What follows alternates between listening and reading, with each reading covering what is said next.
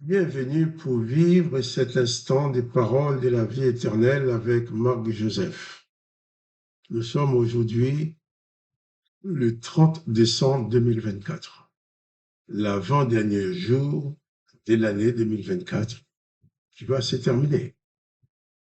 Et je suis revenu devant toi pour te rappeler que ce jour du 30 décembre 2024 est pour toi un jour de grâce.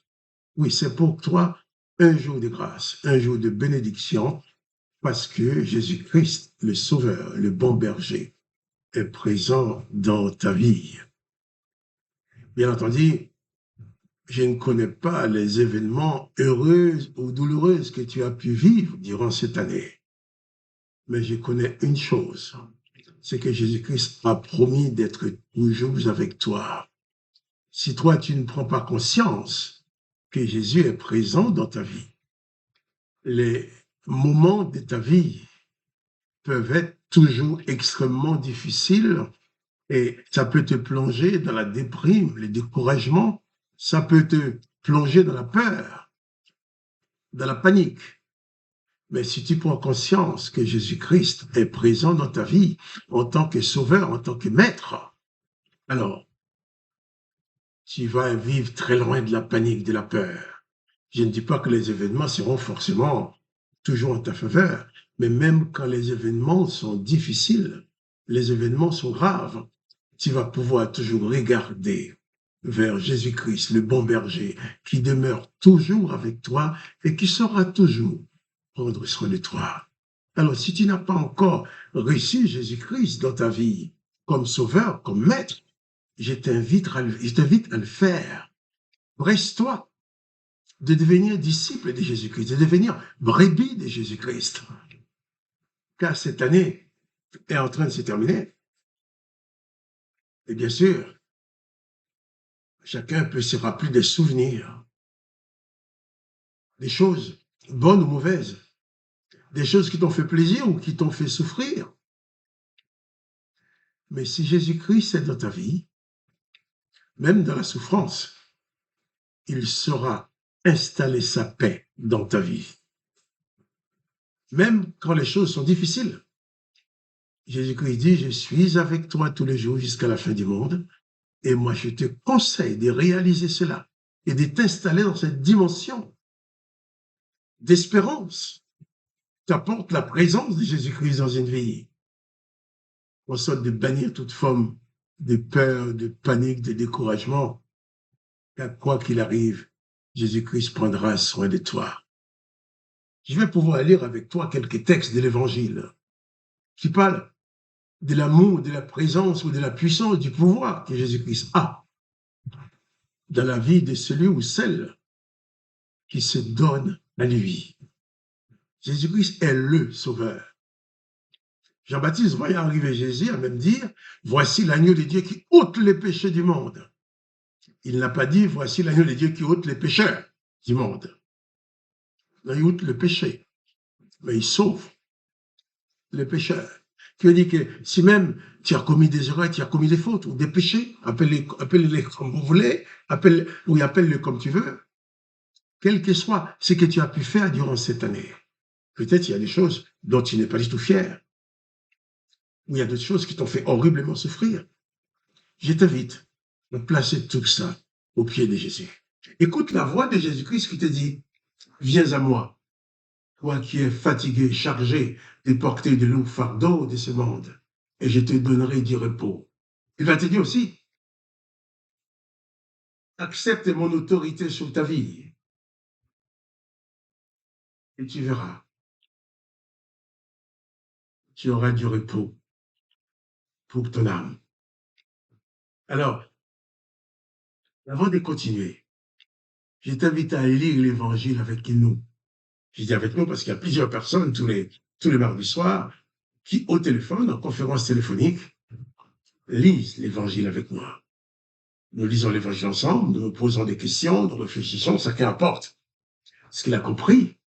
Si tu veux mieux connaître Jésus-Christ, je t'invite tous les mardis soirs à 21h à composer ce numéro gratuit qui est le 01 59 42 30 42 et le code 334 84 et 82. Et tu seras en direct avec nous pour lire la Bible ou même poser des questions ou apporter aussi tes pensées là-dessus, ce que tu as compris.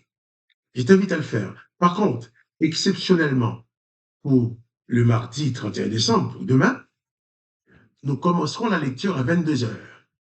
D'habitude, toujours ce sera à 21 heures. Mais ce mardi-là, nous allons le faire à 22 heures. On s'entonnera 1 heure de lecture de la Bible, ensuite 1 heure de prière et d'adoration ensemble pour remercier Dieu, avant de terminer vers minuit et de commencer les 5 premières minutes de la nouvelle année ensemble dans la prière, dans la présence de Jésus-Christ. Donc, je reviens à te dire que Jésus-Christ veut conduire ta vie. S'il y a un passé dans 2024 qui te fait de la peine ou qui te donne du regret, je t'invite à le confier à Jésus-Christ. Tout simplement par la foi dans la prière. Jésus-Christ dit qu'il est avec toi tous les jours jusqu'à la fin du monde. Toi, peut-être, tu n'en es pas toujours conscient, mais Jésus-Christ est toujours présent avec toi. Je vais lire ces textes, ces paroles de Jésus-Christ dans Jean chapitre 10, verset 11. Jésus-Christ dit, « Je suis le bon berger. Le bon berger donne sa vie pour ses brebis. » Je suis le bon berger, dit Jésus, mais pas n'importe quel berger. Parce que les bergers de ce monde, de temps à autre, ils vont tuer un agneau, ils vont tuer une brebis, ils vont tuer un mouton pour se faire un méchoui, pour se régaler, pour bien manger la viande. Mais Jésus, lui, n'est pas un berger qui mange ses brebis. Il donne sa vie. Je suis le bon berger. Le bon berger donne sa vie pour ses brebis. Nous allons pouvoir revenir demain, le demain 31, nous allons revenir sur ce texte. Mais je vais dire ceci. Jésus parlait au peuple Israël. Il parlait au peuple d'Israël, aux Juifs, qui avaient leur culture. Mais dans la culture juive, le mot berger prend un sens extraordinaire, au point qu'il y a cette psaume de David que les Juifs récitent tous les jours dans les synagogues, qui dit l'Éternel est leur berger. L'Éternel est leur berger. Et je dirais, je ne vais pas dire malheureusement, mais quelque part, même dans les églises dites évangéliques, au lieu de lire et de s'appuyer sur le bon Jésus qui dit qu'il est le bon berger, qui donne sa vie, mais eux aussi, dans ces églises, ils aiment lire le psaume 23 qui dit « L'Éternel est leur berger, il ne manquerait de rien ». Mais Jésus vient dire qu'il est le bon berger. Jésus n'a pas dit à Israël que l'Éternel n'était pas leur berger. Jésus n'a pas dit à Israël que l'Éternel n'était pas un berger. Mais Jésus-Christ dit, vous avez certainement un berger, je sais, mais moi, je suis le bon berger. La différence entre l'Éternel qui est votre berger et moi qui suis le bon berger, c'est que l'Éternel ôte la vie du pécheur. Quelqu'un qui pêche, l'Éternel ordonne qu'il soit tué, qu'il soit mis à mort. Et pas d'une mort rapide, hein? C'est lui qui a péché. L'Éternel ordonne que même si c'est quelqu'un de ta famille, c'est ta femme, ton fils, ton père, qui parle contre l'Éternel, qui fait quelque chose contre l'Éternel, l'Éternel ordonne que tu le dénonces et qu'on les tue à coups de pierre. Et toi qui l'as dénoncé, tu vas jeter la première pierre. Alors, c'est lui qui a péché. L'Éternel lui ôte la vie. Mais Jésus-Christ, lui, n'ôte pas la vie du pécheur. Il donne sa vie à la place du pécheur. Le pécheur, évidemment, qui peut mériter la mort, mais au lieu de tuer le pécheur, Jésus s'est laissé tuer lui-même. Il dit, je suis le bon berger. Le bon berger donne sa vie pour ses brebis. Tu es en train de terminer l'année. Peut-être tu avais terminé avec l'Éternel comme berger. Qui fait que si tu as péché, les condamnations de tes péchés restent sur ta tête. Bien, heureusement aujourd'hui, même ceux qui servent l'Éternel, dans les églises et ailleurs, quand tu pêches, ils ne te lapident pas. Ils ne le font pas parce que si on te tue à coup de roche en France ou dans tel autre pays, on te tue à coup de pierre, on risque d'accuser ces gens-là de meurtre. Mais l'Éternel ordonne qu'on tue le pécheur. Mais Jésus, lui, tue le péché pour laisser vivre le pécheur. C'est pour ça que Jésus pouvait dire qu'il est le bon berger. Tandis que les autres disent, l'Éternel est leur berger. Jésus qui dit, je suis le bon berger qui donne sa vie pour ses brebis. Pourquoi je te dis cela?